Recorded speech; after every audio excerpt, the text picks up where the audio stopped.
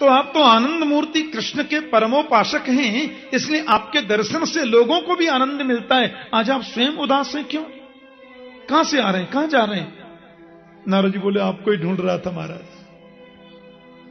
मैं पृथ्वी में आया और सारी पृथ्वी को घूम करके देखा, हरिक्षेत्र, कुरुक्षेत्र, श्वेतबंध, रामेश्वर और सब जगह गया महाराज, मुझे कहीं शांति नहीं मिली, कहीं संतोष नहीं मिला। एक बार लोग सत्य बोलते हैं तो बोलते हैं हरिश्चंद्र के बाद अब हमारा ही नंबर है, और झूठ 50 बार भी बोले तो उसकी कोई गिनती नहीं। लोगों की प्रवृत्ति बड़ी विचित्र है महाराज। कोई शुभ काम करेंगे तो चाहेंगे कि 10 लोग और सुने कि मैंने ये किया, और बुरा कर्म करेंगे तो चाहेंगे कि पड़ोसी को भी पता न चले। लोगों की वृत्ति हो गई है। आश्रमों में गया, संतों का सम्मान कम हो गया, बुजुर्गों का आदर कम। बड़ी बात बताई नारद ने। लेकिन वृंदावन धाम में जब मैं पहुंचा महाराज, तो मुझसे देखा नहीं गया। माता पृथ्वी आज भक्ति के दुख को देखकर दुखी है। कलकल निरादिनी पावन यमुना के तट पर देवी भक्ति खड़ी थी, हजारों देवियां उनकी सेवा में थीं।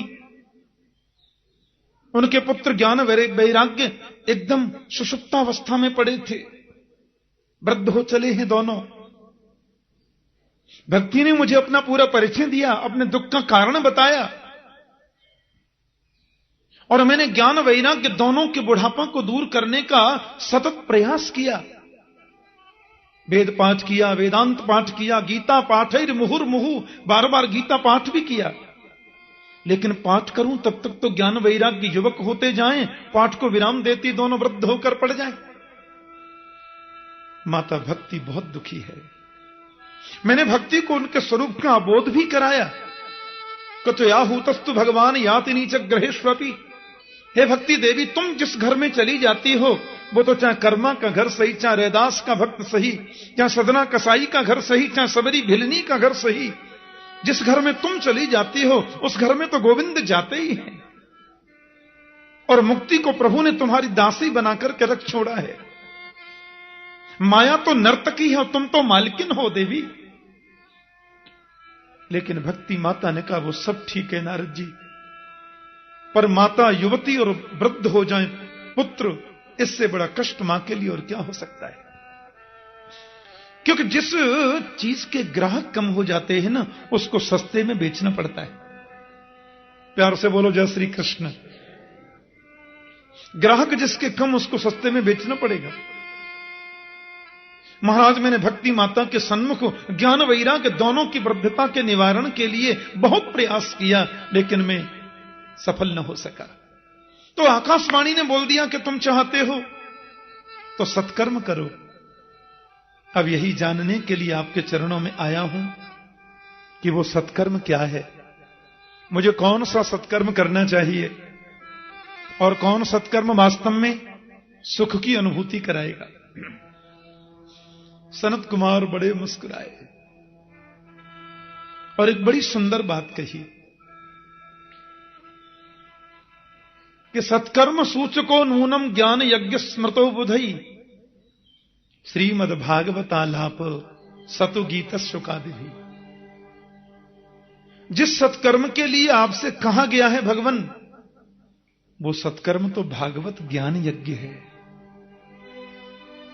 और किसी भी कथा के प्रवचन को ज्ञान यज्ञ का नाम नहीं मिला। यह तो केवल भागवत को ही प्राप्त है। ज्ञान यज्ञ करो। नारद जी बोले, आप मजाक तो नहीं कर रहे?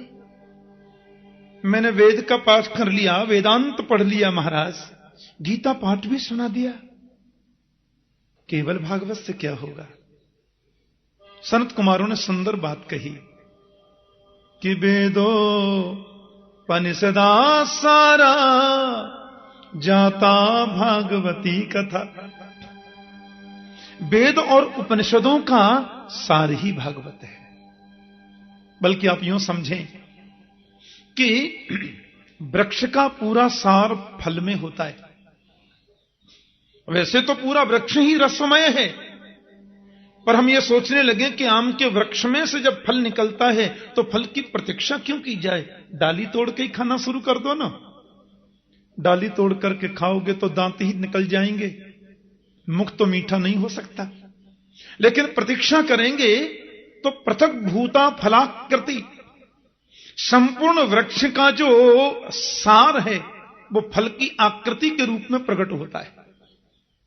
तो भगवान वेद हैं कल्प वृक्ष, और फल की आकृति में उसका रस है श्रीमद् भागवत। इसलिए इसमें वेद की निंदा नहीं है ऋषिवर। हम तो ये बताना चाहते हैं कि संपूर्ण वेद और वेदांत का जो सार है वही श्रीमद् भागवत है। बिना वेद के भागवत नहीं है, लेकिन वेद का सार ही भागवत है। नारद जी बोले वो तो ठीक है महाराज, लेकिन आप भी फक्कड़ और मैं भी फक्कड़। बोलो जय श्री कृष्ण। क्यों? अरे महाराज अब आप भी ठहरे महात्मा और मैं भी ठहरा महात्मा, पहले तो ये कथा कराई कहां जाए। दूसरी बात ये मैं चाहता हूं कि आपके श्रीमुख से हो जाए। अब कैसे पंडाल बने, कैसे क्या व्यवस्था हो, भक्ति माता वृंदावन में, आपको वृंदावन चलना होगा। सनत कुमार उनका देखो, भक्ति माता से प्रार्थना करो कि थोड़ा वो आगे आए, थोड़ा हम नीचे उतरें, बीच में मिल जाए। बोलो जय श्री कृष्ण। क्योंकि सनत कुमार जी बैठे बद्रीनाथ में और भक्ति माता है यमुना के किनारे वृंदावन धाम में, और बद्रीनाथ और वृंदावन के बिल्कुल बीच में जो जगह आती है वो है हरिद्वार। हरिद्वार से बिल्कुल उतना ही आगे बद्रीनाथ है और उतना ही पीछे वृंदावन धाम है। तो हरिद्वार के पास में गंगा तट पर एक आनंद नाम का तट है। और देखो नारद जी, बात यह है कि वहां बहुत विशाल बट वृक्ष है, और बट वृक्ष की छाया इतनी दूर दूर तक जाती है कि वहां बिछायत की जरूरत नहीं, उसकी छाया में संत बैठ जाएंगे कथा सुनने। और बट वृक्ष के नीचे जो चबूतरा है वहां बन जाएगी व्यास गद्दी। और क्योंकि वृक्ष के नीचे बालुका रहती है ठंडी, इसलिए फर्श की भी जरूरत नहीं। भक्ति माता को आमंत्रित करो। भक्ति माता को आमंत्रण भेजा, व्यास गद्दी लगी और सनत कुमार जी वहां पर विराजित हो गए। अब तो पता चला कि सनत कुमार कथा कर रहे हैं। बड़े बड़े संत महात्मा, बड़े बड़े अमलात्मा ज्ञानी, बड़े बड़े योगी जन पधारे। बल्कि लिखा है कि 4 वेद, 6 शास्त्र, समस्त इतिहास पुराण, वेद की ऋचाएं, मूर्तिमान संत बनकर वहां कथा सुनने आई। भागवत की कथा को तो शास्त्र भी सुनते हैं। पशु पक्षी जीव जंतु, स्थावर जंगम, अंडज उद्भिज, स्वेदज जरायुज, सब आए मान सुन ले। ऐसा रस प्रवाह बह रहा है। 3 आसन बिछाए नारद ने, ज्ञान के लिए, वैराग्य और भक्ति माता के लिए। मुख्य यजमान बनकर सन्मुख नारद विराजे। सनत कुमार जैसा महान तपस्वी ब्रह्मा जी के मानस पुत्र व्यास मंच पर हैं।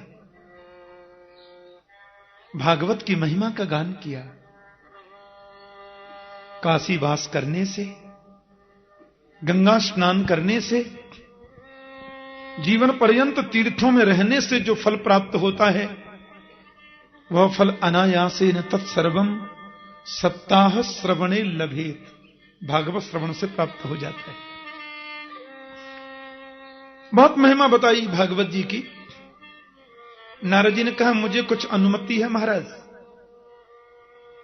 हाँ, आजकल हम शहरों में जो कथाएं होती हैं तो दिन में कथा करने के बाद मैं रात्रि में 1.5-2 घंटे लोगों को प्रश्नोत्तर के लिए देने लगा हूं, क्योंकि लोगों की कामना रहती है दिन में जो हमने सुना उसमें कोई जिज्ञासा किसी की रहती है तो पूछ सकते हैं। ये परंपरा रही है शास्त्रों की। भागवत में कोई बात समझ में न आवे आप तुरंत नोट करिए और समय रहते किसी के माध्यम से व्यास मंच तक उसे पहुंचाइए तो व्यास मंच से उसका समाधान होगा। नारद जी ने कहा कुछ पूछने की अनुमति है? सनत कुमार बोले हां हां कहिए। भक्ति माता अलक्षित रूप से बैठी हैं, ज्ञान वैराग्य के निमित्त कथा हो रही है। कोई ज्ञानी भागवत को सुनकर के मुक्ति पाले, आश्चर्य नहीं है। किसी पापी को भागवत सुनने से जीवन में परिवर्तन आता है? कोई भक्त भागवत को सुनकर के गोविंद को पाले, आश्चर्य नहीं है। किसी दुराचारी को भागवत श्रवण से गोविंद चरणों में पहुंचने का मार्ग प्रशस्त हो सकता है? बोलिए मानवापा कर्तस्तु सर्वदा सदा दुराचार रता विमार्गगा क्रोधाग्निदग्धा कुटिलाश्च कामिन सप्ताह यज्ञेन कलौ पुनन्ति ते। सनत कुमार जी कहते हैं जिस मनुष्य ने जीवन में कभी सत्कर्म कदाचित नहीं किया, दुराचार परायण जिसकी वृत्ति बनी रही, क्रोध रूपी अग्नि में जो हमेशा जलता ही रहा, जो कुटिल भी है, खल और कामी भी है, वह भी कथा का श्रवण करे कलयुग में तो 8वें दिन से उसके जीवन में परिवर्तन आ जाता है। सप्ताह यज्ञेन कलौ पुनन्ति ते। सत्य संभाषण में भी जिसकी प्रवृत्ति नहीं है, बल्कि मैं तो समझता हूं माता पिता की जो शुद्ध संतान नहीं है, या माता पिता की जिसने सेवा भी निष्ठा से की नहीं है, ऐसा व्यक्ति भी किसी माध्यम से भी 7 दिन नियम से कथा सुने तो उसके जीवन में परिवर्तन आता है और वो पवित्र हो जाता है। और मैं तो यहां तक कहता हूं कि जीवन पर्यंत जिसने पाप कर्म किया और पाप करते करते जिसकी अकाल मृत्यु हो जाए, मरने के बाद भूत प्रेत बन के भी भटकता हो, उसके नाम से भी उसके निमित्त हम भागवत करा दें तो वह भी प्रेत योनि से मुक्ति प्राप्त कर लेता है। नारद जी बोले बात को समझ में कम आई। पर देखो, तुंगभद्रा नाम की नदी के किनारे एक गांव है जिसका नाम है उत्तम नगर। थोड़ी महात्मा की कथा बता रहे हैं, अभी भागवत शुरू नहीं हुई। भागवत तो हम लोग 7 दिन आज के बाद अलग से सुनेंगे। आज तो हम केवल थोड़ी भगवत चर्चा, भागवत की महिमा के बारे में जो सनत कुमारों ने कहा वो सुनना है। तुंगभद्रा नाम की नदी के किनारे एक उत्तम नगर है। वर्णाश्रम धर्म का पालन करने वाले सब लोग वहां रहते हैं। एक आत्मदेव पंडित जी भी रहते हैं। घर में गौ माता है, बांझ हो गई, तुलसी वृक्ष है, सूख गया, पत्नी कर्कश स्वभाव की है, पता चला कि मुझे पुत्र नहीं है इसलिए सब है, वन में पधारे और अपना प्राणांत करना चाहते थे। किसी संत ने उनको फल दिया, मैं संक्षिप्त कह रहा हूं, और वो फल लाकर के अपनी पत्नी को दिया। पत्नी ने कहा, अब देखो जिसके यहां सब कुछ है वहां खाने वाला नहीं है, और जहां भोजन की व्यवस्था नहीं है वहां खाने वालों की लाइन लगी है। उसने अपनी बहन को बहुत द्रव्य देकर उसका इस बार होने वाला पुत्र लेने का वचन ले लिया, और दोनों ने मिलकर के फल गौ माता को खिला दिया। बहन के पुत्र को लेकर के उसका नाम रखा धंधुकारी, और गाय को जो फल खिलाया था संत का प्रसाद, उससे जो पुत्र हुआ उसका नाम हुआ गोकर्ण जी महाराज। एक बात कहूं, इकलौता बालक जिस घर में जन्म लेता है उसके बिगड़ने के चांस ज्यादा होते हैं। आत्मदेव जी इस बात पर ध्यान न दे सके, और धुंधकारी की प्रवृत्ति जो है वो दुष्प्रवृत्तियों में परिवर्तित हो गई। शराबपान करने लगा, जुआ खेलने लगा, दुर्गुण उसमें आ गए, और उसने आत्मदेव जी के स्वर्ग जैसे घर को नरक बना दिया। आत्मदेव ने कहा, हे भगवान, रात्रि को 2-2 बजे ये पुत्र आता है, सुरापान करता है, ऐसे पुत्र से तो मैं बिना पुत्र का ही ठीक था। धुंधकारी से कहा, बेटा मैंने कितने संतों के चरणों में मत्था टेका, कितने अनुष्ठान आदि मैंने कराए, तू ब्राह्मण पुत्र होकर के सुरापान करता है? यह तेरी वृत्ति ठीक नहीं है। पिताजी को डांटते हुए, कहा चुप रहिए, आपकी बुद्धि सठिया गई है, और हम जो करते हैं उसे बिल्कुल ठीक करते हैं। बैठे बैठे आत्मदेव जी रो रहे हैं। घूमते हुए वहां गोकर्ण जी महाराज आ गए। गोकर्ण भी आत्मदेव जी को पिता ही कहते थे। पिताश्री क्या बात है? आजकल कुछ दिनों से मैं देख रहा हूं आप काफी चिंतित रहते हैं। आत्मदेव ने कहा, बेटा मेरी समझ में नहीं आता, मैं क्या करूं? यदि घर में रहूं तो रहूं कैसे? धुंधकारी ने इस घर को नरक बना दिया, और घर छोड़ करके वन में जाऊं तो जाऊं कैसे? मन में इतना प्रबल वैराग्य नहीं है। मेरा मार्गदर्शन करो गोपुत्र। गोकर्ण जी महाराज ने जो आत्मदेव जी को उपदेश दिया है ना, बड़ा अद्भुत है। देहे स्तिमांसरुधिरे अभिमतिं त्यजत्वम् जाया सुतादिषु सदा ममतां विमुञ्च पश्यानि संजगदिदं क्षणभङ्गुनिष्ठम् वैराग्यरागरसिको भवभक्तिनिष्ठ। गोकर्ण जी कहते, पिताजी सबसे बड़ी तो मनुष्य की गलती यह है कि वो शरीर को ही आत्मा मान बैठा है। हमें समझना होगा, इसको जानना ही होगा कि मैं शरीर नहीं हूं। त्वक चर्म मांस रुधिर मेद मज्जा हड्डी, इन सप्त धातुओं से बना हुआ जो शरीर है वो मैं नहीं हूं। मैं तो दिव्य चिन्मय शाश्वत अविनाशी आत्मा हूं। इसलिए शरीर के प्रति जो देहात्माभिमान है, उस अभिमति को त्यागना होगा। और तात्विक दृष्टि से यदि देखें, आप लोग जब कथा सुन के आज जाने, प्रैक्टिकल की बात बताता हूं। कथा सुनकर के अपने घर आप जाएं, एकांत में बैठ जाना, कमरा बंद कर लेना, और अपने आप से प्रश्न करना कि मैं कौन हूं। यदि आपको सही जवाब मिला है तो समझना आपने भागवत सुनी है। आखिर मैं क्या हूं? मैं आंखें हूं? यदि आंखें हूं तो आंखें तो अंधी हो जाती हैं, मैं रोक नहीं पाता। फिर मैं कान हूं? यदि कान हूं तो कान बहरे हो जाते हैं, मैं रोक नहीं पाता। मैं यदि नासिका हूं तो कभी एक सज्जन मेरे से बोले, ठाकुर जी दुर्गंध आ रही है क्या? मैंने कहा जट उसने भी नाक बंद कर ली। मैंने कहा तुमने क्यों बंद करी? बोले आपने कर ली ने इसलिए कर ली। मैंने कहा क्यों? बोले आजकल मुझे न सुगंधी आती है न दुर्गंध आती है, पता नहीं क्या हो गया। मैंने कहा जब आती नहीं तो नाक बंद क्यों करते हो? बोले इसलिए कर रहा हूं कि कोई ये ना सोचे कि दुर्गंध में भी नाक बंद नहीं करता।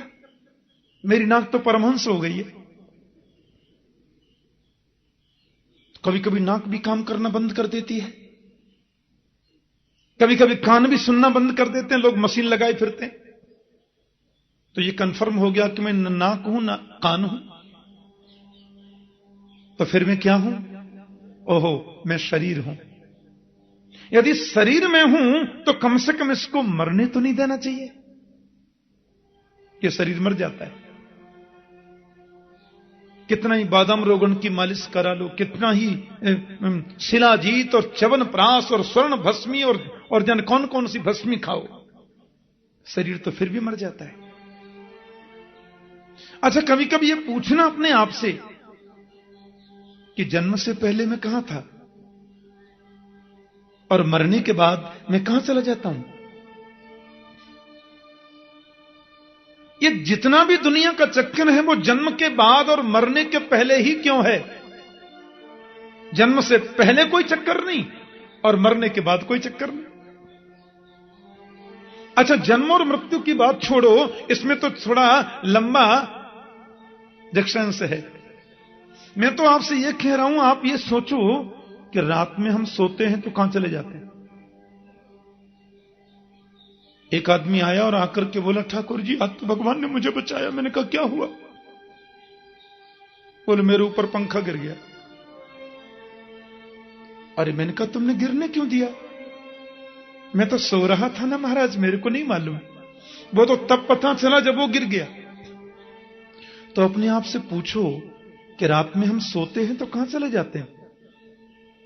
दिन में सांप दिख जाए तो 104 डिग्री बुखार आता है, और रात में सो रहे थे ऊपर होकर सांप निकल गया, हमको मालूम ही नहीं। ये जितना दुनिया का चक्कर है वो जागने के बाद और सोने के पहले ही क्यों है? सोने के बाद कोई चक्कर नहीं और जगने से पहले कोई चक्कर नहीं। आखिर में क्या हूं? पत्नी मेरी है तो साथ तो कभी जाती नहीं, शादी से पहले मालूम नहीं कौन थी। माता पिता मेरे हैं तो मरने के बाद कभी ट्रंक कॉल आता है, कभी फोन आता है, बेटा हम सुखी हैं कि दुखी हैं, कोई सूचना आती है? ये सब क्या है? ये ऑफिस, ये फैक्ट्री, ये मकान, ये दुकान, ये पत्नी, ये बच्चे, ये परिवार। और मैं 45 मिनट तक अपने आप से प्रश्न करो,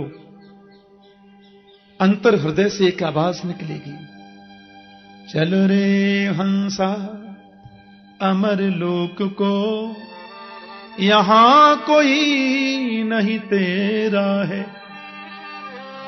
जग वालों का हुआ सवेरा, अपना हुआ अंधेरा है। धर्मम भजस्व सततम त्यजलोक धर्मान, सेवस्व साधु पुरुषान जहि काम तृष्णान। धर्म की दो बातें हैं, एक लौकिक धर्म, एक भागवत धर्म। 8 घंटे दुकान पर बैठकर के धनार्जन करना एक धर्म है। धन कमाकर के पत्नी को, बच्चों को समर्पित करना, उनकी सुरक्षा और उनके कार्यों में व्यस्त होकर के व्यय करना, यह भी एक धर्म है। समाज में अच्छी प्रतिष्ठा प्राप्त करने के लिए सुंदर मकान बनाकर प्रतिष्ठा में रहना भी एक धर्म है, लेकिन यह लौकिक धर्म है। और सब प्रकार से मन को हटाकर के गोविंद के चरणों में मन को लगा देना, यह भागवत धर्म है। तस्मात् केनाप्युपायेन मनः कृष्णे निवेशयेत, किसी भी उपाय से मन गोविंद के चरणों में लग जाए, यही तो इसका मतलब है। अन्यस्य दोष गुण चिंतन मासु मुक्त्वा। आप कहते हैं कि वन में जाऊं तो कैसे, मन में वैराग्य नहीं है, और घर में रहूं तो कैसे, घर को नरक बना दिया। वन में जाने से होगा भी क्या? वन में जाने से भगवान मिलते होते तो शेर का तो जन्म ही वन में होता है। वन में जाने से गोविंद की प्राप्ति हो गई होती तो गीदड़ तो जन्म ही वन में लेता है। मनः एव मनुष्याणाम कारणं बंध मोक्षयो, बद्धं तु विषयासक्तं मुक्तम निर्विषयम मनः। ये मन ही बंधन और मुक्ति का कारण होता है। मन विषयों के प्रति आसक्त है तो हम बंधे हुए हैं, और मन विषयों से अनासक्त हो गया तो हमारी मुक्ति है। कबीर जी कहते हैं, मन के मारे बन गए बन तज वस्ती माहे, कह कबीर मन लालची ये कहूं ठहरत ना है। मन के हारे हार है, मन के जीते जीत, मन ही मिलावत राम सो मन ही करत फजीत। यह तो गति है अटपटी झटपट लखहि न कोई, जब मन की खटपट मिटही तो चटपट दर्शन होए। जिस दिन मन की विकृति सत्कृति में परिवर्तित हो जाएगी, उसी दिन गोविंद मिल जाएगा। इसलिए मन को एकाग्र करें और घर को ही वन बनाएं। और मुझे ऐसा लगता है पिताश्री, मन को आप गोविंद में नहीं भी लगा पाते हैं तो तन से ही उनकी सेवा करें। आप तन से गोविंद की सेवा करेंगे तो गोविंद के सेवा का यह परिणाम है कि मन को वो स्वयं आकृष्ट कर लेगा, मन को वो स्वयं खींच लेगा और मन की विकृति को मिटाएगा। करसती जीवानाम चित्तमिति कृष्ण, अपनी प्रिया माधुरी, सरस माधुरी, ललित माधुरी, रूप माधुरी के माध्यम से जीव के हृदय को जो अपनी ओर आकृष्ट कर ले, उसी का नाम तो कृष्ण है। आत्मदेव जी वन को चले गए। धुंधकारी मां को मारने लगा तो मां कुआं में गिर गई और वो गोकर्ण जी तीर्थ यात्रा में चले गए। वेश्याओं को लाके घर में रख लिया। वेश्याओं ने एक दिन धुंधकारी को मार दिया, जमीन में गाड़ दिया, धन संपत्ति लेके चली गई। तो प्रेत बनकर के धुंधकारी भटक रहा है। और गोकर्ण जी महाराज को जब ये पता चला कि आत्मदेव जी का पुत्र धुंधकारी इसी महल में प्रेत बन के पड़ा है, भगवान भुवन भास्कर सूर्य के चरणों में प्रणाम किया। इमद भागवतान मुक्ति सप्ताहम वाचनम कुरु इति सूर्यमज सर्वै धर्म रूपम तु विस्तृतम। भागवत की कथा का आयोजन करो। बड़ा सुंदर सुरम्य बगीचा था, बांस के वृक्ष खड़े थे। गोकर्ण जी महाराज गौपुत्र हैं, विप्र रूप हैं, व्यास गद्दी पर विराजे, ब्राह्मण पाठ में बिठाए और स्वयं वाचन करने लगे। एक आसन बिछाया धुंधकारी के लिए, जहां कहीं भी आप हैं आकर के बैठो, कथा हम आपके लिए कर रहे हैं। और कथा आती है कि धुंधकारी आकर बैठा तो वायु उसको उड़ा देती है। तो व्यास गद्दी की बगल में दाहिनी तरफ एक सप्त ग्रंथि का बांस खड़ा था, उसमें धुंधकारी आके बैठा, ऐसा लिखा है। और एक एक दिन की कथा के श्रवण से बांस की ग्रंथियां फटती जाती हैं। और 7 दिन की कथा पूर्ण होते ही 7 ग्रंथियां फट गई। उसमें बैठा हुआ प्रेतात्मा धुंधकारी देवरूप बन गया। भाई जी, आपने बहुत बड़ी कृपा की, भागवतामृत पान कराया, मेरा जीवन धन्य हो गया। देखिए, भगवान के धाम से विमान आए और मैं तो बैकुंठ जा रहा। जैसे ही वो विमान की ओर बढ़े, गोकर्ण जी ने भगवत पार्षदों से प्रश्न किया, ऐसा लिखा है। बोले साहब ये क्या हो रहा है? बोले जी वो बात यह है कि ये धुंधकारी ने बड़े प्रेम से कथा सुनी है ना जी, तो इनके लिए हम लोग विमान लेकर के आए हैं और ये बैकुंठ जाएंगे। बोले भेदभाव क्यों? अत्रैव बहवः सन्ति श्रोतारो मम निर्मला आनी तानी विमानानि न तेषां युगपत् कृतः। भागवत श्रवण करने से व्यक्ति को मोक्ष मिलता है, ये बात यदि सत्य है तो यहां हजारों लोगों ने कथा सुनी, फिर आप सबके लिए विमान लेकर क्यों नहीं आए? भागवत सुनी हजारों ने और विमान आया अकेले धुंधकारी के लिए, यह तो भेदभाव है। ऐसा क्यों? तो प्रभु के पार्षदों ने बहुत सुंदर जवाब दिया।